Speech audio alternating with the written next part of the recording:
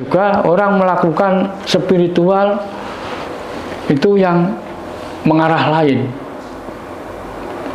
Biasanya dikatakan ilmu hitam. Daripada kita mengusir penjajah pakai senjata ya disantet saja. Disantet saja. Iya. Wong Jawa nek bilang ojo digebyah-uyah padha sini. Ilmu Jawa ki elek kabeh karek sing gunakno. Wonge ora tau nyantetan, ora tau popo, ketoke kusuk tapi sehidupnya berjuang demi kemajuan bangsa asing. Orang Indonesia hidupnya di Indonesia, makan minum besok meninggal ya dikubur di Indonesia. Tapi selama hidupnya tidak pernah mengembangkan budaya Indonesia. Apalagi orang Jawa, hidup di Jawa. Oke, sugeng kepanggihan malih Mbak Rejo. Sesi sekarang ini saya kepingin membahas tema yang mungkin agak-agak gimana ya, karena Indonesia itu terkenal sebagai negara yang suka dengan mitologi, suka dengan hal-hal yang mistis.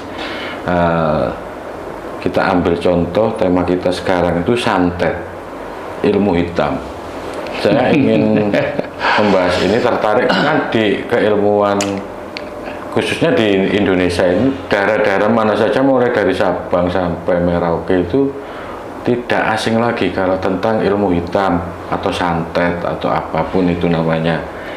Semuanya ada di daerahnya masing-masing. Nah, saya ingin menggali ini. Kalau dengan Barjo khususnya kan ilmu Jawa ini, bagaimana sih sebenarnya santet itu? Apakah ya juga memang ada itu, Pak? Monggo, Bapak. Matur nuwun.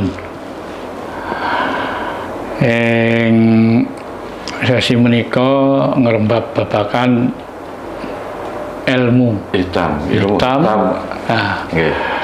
Ada hitam ya ada putih. Ada negatif, ada positif. Khususnya ilmu hitam. Dikatakan hitam itu karena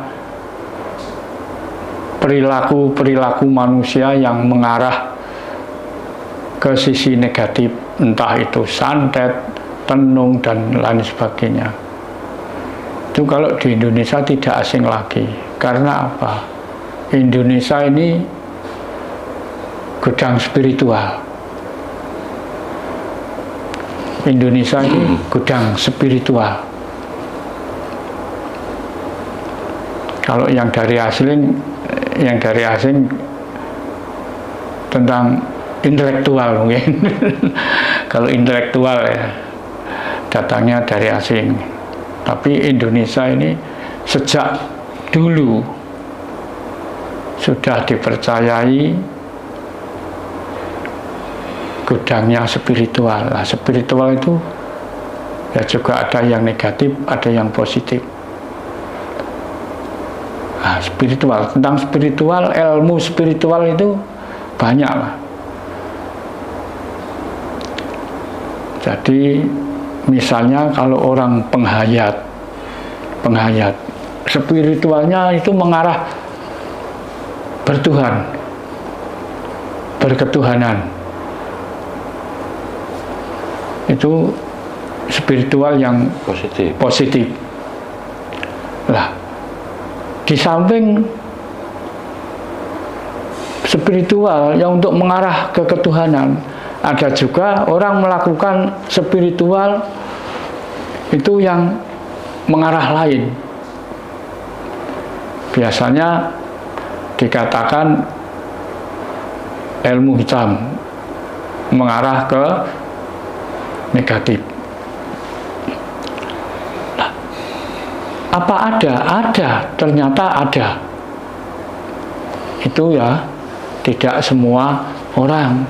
Tadi orang-orang tertentu yang memang menggali tentang ilmu yang seperti itu. Kayak seperti santet, sihir, teluh, apa ya, jengges, apa itu, mantra-mantra untuk apa, membodohi orang. Sihir apa itu kan arahnya satu arah, diarahkan, dikatakan kehitaman, ilmu hitam lah. Ilmu hitam itu ya tingkat-tingkat yang sampai bisa untuk santet itu saja. Lambok iya, yang saya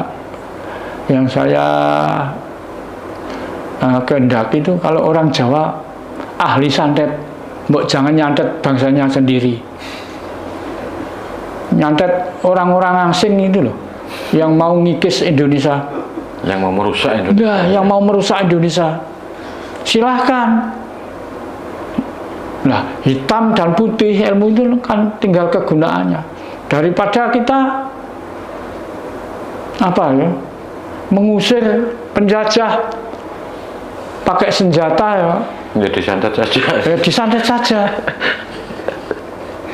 Iya, iya. Silahkan Iya, gunakan santet yang sepenuhnya, tapi untuk menjaga keutuhan negara dan bangsa ini. Iya. Jadi jangan untuk merusak warganya sendiri. Saya percaya juga ada santet, ada teluh, ada sihir untuk nyihir orang-orang yang mau merusak bangsa kita ini loh. Ini daerah mana di Jawa ini, daerah mana yang kondang santetnya itu? Ya digunakan untuk itu, jangan untuk mengganggu warganya, untuk melindungi warga kita sendiri. Misalnya ini kok bangsa asing mau menguasai tanah kita ini, kelihatannya kok wah ini yang lebih baik perutnya edisi tangki aja ini. Iya. Ada, memang ada. Ada memang Bu ya. Memang ada. Itu, ya. Itu sudah sering terjadi. Itu murni dari ilmu Jawa, ilmu Nusantara itu Bu. Ilmu Nusantara, memang Nusantara. Ya khususnya Indonesia, kedungnya ya Jawa. Iya. Jadi ilmu spiritual itu kan ilmu bisa dikatakan kerohanian yang dilakukan roh-roh apa. Nah, spiritual itu ilmu kerohanian kan ya ada dua macam ya, itu yang mengarah ke roh-roh yang lain ya, ada yang mengarah khusus untuk mengarah bertuhan, ke ketuhanan. Ya. Nah, kita harus ngerti, harus tahu. Jadi jangan apa, wong Jawa nek bilang ojo digebyah-uyah padha sini. Ilmu Jawa ki elek kabeh ya, karek sing gunakno. Wonge ora tau nyantetan, ora tau popo, ketoke kusuk tapi sehidupnya berjuang demi kemajuan bangsa asing, padahal hidupnya di Indonesia. Coba itu, lebih jahat mana itu? Kalau kita nyantet orang, paling tujuan kita satu orang sudah. Coba orang yang mengembangkan budaya asing di Indonesia, di Jawa ini loh, sadar itu. Kalau dikirimi paku nok batuke no, pikirane ben waras. Golek barku ditambani ben waras. Nggih. Memang kita punya, Jawa punya. Ada yang punya itu. Nah, silahkan. Itu kan senjata. Senjata juga. Tapi jangan untuk menyalahi bangsa sendiri. Iya. Banyak itu cerita yang saya tangkap itu dari teman-teman itu. Ada yang keluarganya itu sakit, terus kemudian dimimpikan seseorang yang tetangganya juga. Ya. Oh, ini sepertinya yang nyantet karena ini yang muncul di mimpi saya gitu. Dan kebetulan itu salah satu tokoh memang dia juga ya ahli ibadah juga orangnya. Apakah, gini pertanyaannya, apakah itu santet itu bisa disinyalir, bisa kita ketahui lewat mimpi misalnya, itu apakah juga bisa itu Bapak? Apakah ya valid itu keterangan kayak begitu? Ini ya ada yang bisa. Orang mimpi itu karena apa? Saya mengatakan ada yang bisa, ya ada yang tidak semua orang bisa mimpi seperti itu. Karena mimpi itu tidak buatan orang. Manusia tidak bisa membuat mimpi. Nah, ini saya pernah mengalami ini. Saya pernah mengalami dulu, kalau nggak salah ya tahun 90-an berapa itu. Ada orang yang tidak senang kepada saya karena saya tidak mau diajak di masjid. Malah saya itu dikatakan yang kafir, yang mana? Kafir karena ya. Mau ke masjid, ya. Nah, keluarga orang itu pandangnya kepada saya, pokoknya saya ini wis pokok nggak ada baiknya lah, karena saya nggak mau ikut tata cara agama. Memang wilayah itu wilayah basis agama. Saya katakan gini, biar. Nah, salah satu orang itu keluarganya ada yang sakit. Katanya saya yang nyantet. Loh, nggak ada orang penghayat, nggak ada orang nyantet orang itu. Karena saya ini orang penghayat, bukan orang agama. Nah, waktu itu saya ditimbali di kelurahan, dilaporkan. Sampai dipanggil di situ. Sama Pak Lurah itu. Iya. Katanya saya yang nyantet. Loh, waktu itu saya makan aja nggak pernah kenyang kok. Nyantet tuh apa nggak ya pakai biaya ya untuk makan aja. Mangan ora marek kok didarani nyantet tumbong. Nah itu loh. Nah, bareng waktu itu sudah di hadapan Pak Lurah, akhirnya disuruh damai, minta ya damai, saya kan nggak ada orang dendam, nggak ada apa-apa, kok tiba-tiba saya ini dikatakan nyantet orang loh. Oh, saya makan sehari, makan 3 hari ya diem. Tahun 90-an itu malah saya dikatakan nyantet orang. Memang saya nggak mau. Tangga kanan kiri ini sama datang ke musola di masjid, kalau jembatan geruduk-geruduk, saya diem di rumah aja. Mungkin disumpah Bapak ya, ditanya-tanya itu. Oh iya.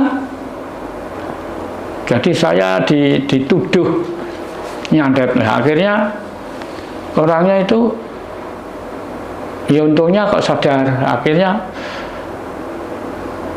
mau baikan lah, salam-salaman ya silahkan. Terus bareng sudah minta maaf, nggak lama sembuh waras loh, malah tidak terima kasih, malah nemen nuduh saya loh. Iya, sakitnya itu padahal diperiksakan di dokter itu katanya apa itu apa perutnya itu tetanus, infeksi. Ya, dicek di kedokteran itu dikatakan infeksi perutnya. Lah kok mungkin infeksi usus ya. Nah, iya. Bisa loh. Lah kok malah saya yang dikatakan nyantet waktu itu. Wah, akhirnya minta maaf ya, baik kan. Bareng sembuh malah tidak sadar, malah nemen. Loh, ojo bar njaluk sepuro gak waras loh. Iki malah malah dalam nek nyurigai saya nyantet itu. Malah tambah yakin. Ya. Nah, biar saya akhirnya yo gimana yo. Tapi sekarang orang udah tidak ada, udah mati semua itu. Jadi keluarganya tidak satu itu yang meninggal karena ya entah itu pemberian dari Tuhan lah. Iya. Karena sekeluarga itu menuduh saya. Untuk cara metode yang biasa dipakai dalam hal santet ilmu hitam itu seperti apa Bapak? Karena kan juga saya tahu ada yang mungkin dikasih tanah kuburan, terus disebarkan apa, garam atau apa. Ada juga yang lewat air, dikasih air gitu.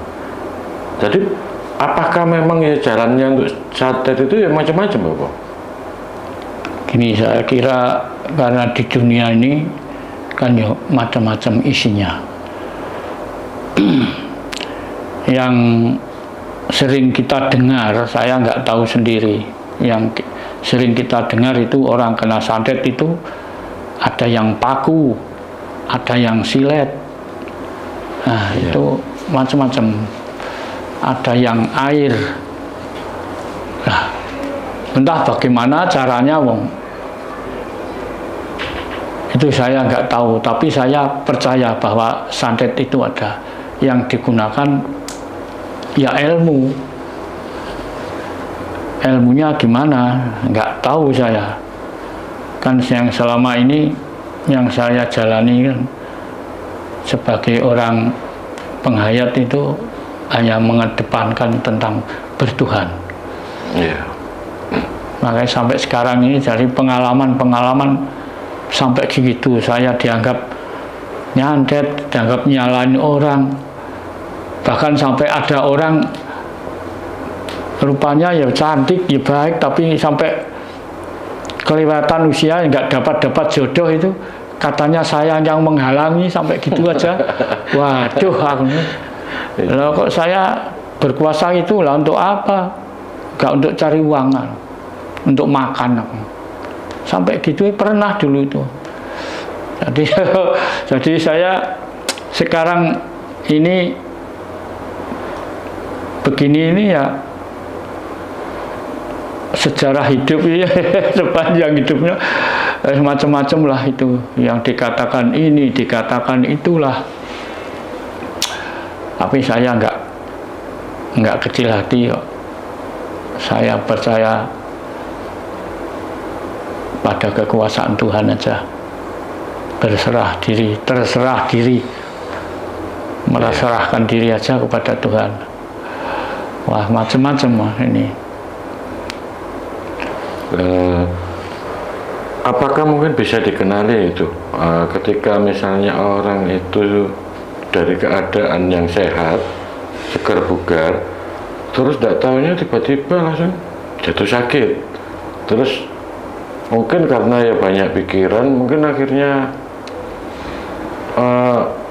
mengasumsikan, menuduh orang yang di tetangganya, yang mungkin itu ya, karena mungkin dasarnya dari urusan emosi pribadinya sudah nggak suka sama tetangganya, akhirnya ya, mungkin kepikiran ke situ ya. Jadi mimpi-mimpi atau apa gitu ya. Ya seperti saya dulu kan saya sudah katakan, karena tetangga semua itu udah sama ikut, kalau ada itu kan saya kan bukan itu, bukan itu. Jadi saya nggak ikut lah, pakai cara istilah budaya Arab saya nggak ikut. Ada di masjid, ada pengajian, saya nggak pernah ikut itu. Jadi apa yang jelek itu ditumpahkan kepada saya, diarahkan. Karena nggak sama. Iya, persepsinya nggak sama. Nah, mungkin itu lah. Malah kalau ada gini lagi, wong orang mergai popo kok iso mangan. Nah, itu ya curiga lagi, cemburu sosial lagi loh. Yang penting saya kan nggak ngerepoti dia tuh. Entah benar saya ini bukan orang tani, saya ini hanya seorang pelaku seni, Pak. Saya hanya seorang pelaku seni. Jadi apa yang saya punya, ilmu seni, ya saya terapkan di seni. Sekarang sudah istilahnya apa ya, disuruh alih, melanjutkan di di budaya spiritual, bukan tadinya kan di budaya seni, pelaku seni. Dikit banyak saya ini pengerawit, kerawitan Jawa itu, seni Jawa. Nah, makanya sejak dulu ya gitu, saya nggak senang yang macam-macam. Apa yang saya punya ini pemberian Tuhan, ini yang saya gali untuk mencari makan, untuk mencari apa yang kebutuhan sehari-hari, sampai nyekolahkan anak, sampai entahlah. Saya tidak terus tiba-tiba begini, enggak Pak.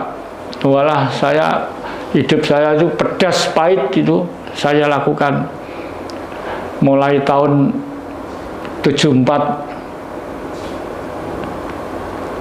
sampai sekarang ini, baru ibarat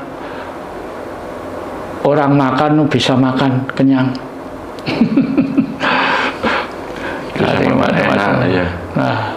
Malah kalau orang di seni Jawa itu, kalau orang agama malah dijelek-jelekan.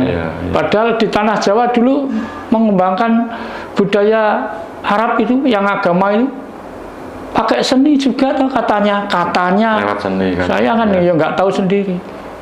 Mbah Sunan itu kalau apa untuk siar agama itu pakai gamelan, pakai apa, pakai seni. Tapi sekarang kalau sudah berkembang agama, orang seni Jawa malah dijelek-jelekan. Ini kan pengkhianat ini. Jadi ini orang Indonesia atau orang Jawa hidup di Jawa mengembangkan budaya asing, sebetulnya itu orang pengkhianat. Orang Indonesia hidupnya di Indonesia, makan minum, besok meninggal ya dikubur di Indonesia. Tapi selama hidupnya tidak pernah mengembangkan budaya Indonesia. Apalagi orang Jawa hidup di Jawa. Oh lah, yang digembar-gemborkan Arab.